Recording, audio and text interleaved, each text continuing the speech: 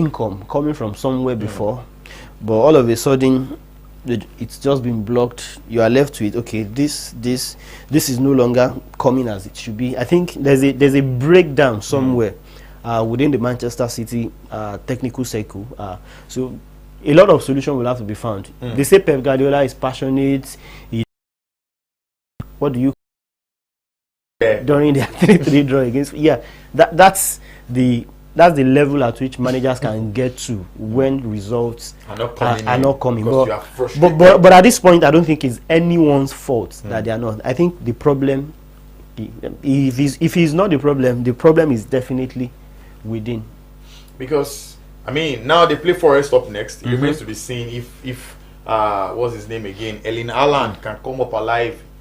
He's been the only man scoring for Manchester City, but the goals have dried up and nobody else has scored too. Fine, he's the highest goal scorer with 12 goals, but there's a Mohamed Salah behind him with 11 goals already. And more assists. You have 12 goals, no assists. But in the last few games, and if they were in top shape, if they were really in top shape, Haaland wouldn't be on 12 goals as it is. Yes. He probably will be on 15 at least. Yes. Or getting close to 20 already. The Belgian is always on the bench these days, and when he comes in, you see the damage he can do. But he never starts. Then the player of the year, as at last season, Phil Foden, he's a shadow of himself this season already. And he's still getting the slot. There are just too many problems within that team.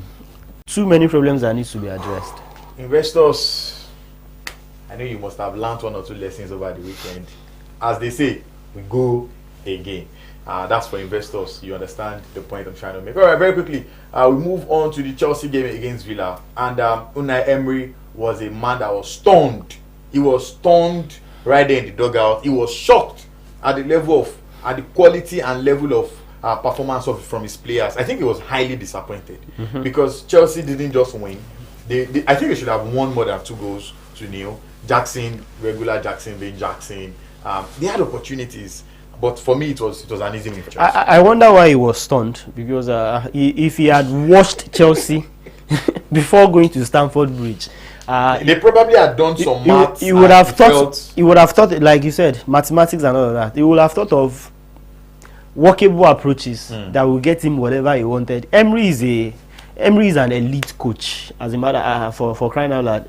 Shegun even more elite than Enzo Maresca, if you ask me. So he should know what the approach he will get, but I don't think they did their work. I don't think they did their homework enough before going into that game. They missed several chances, and all of that. So most of those things might not be down to the manager, the coach, or whoever is in the dugout.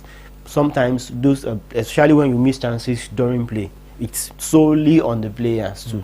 Well, when things are not working that way, you tweak and you find a way. But if you start a game the way they started, so they started really poorly. It means you didn't do anything. And you look at the goal Jackson scored from the near post, the best goalkeeper in the world at the moment.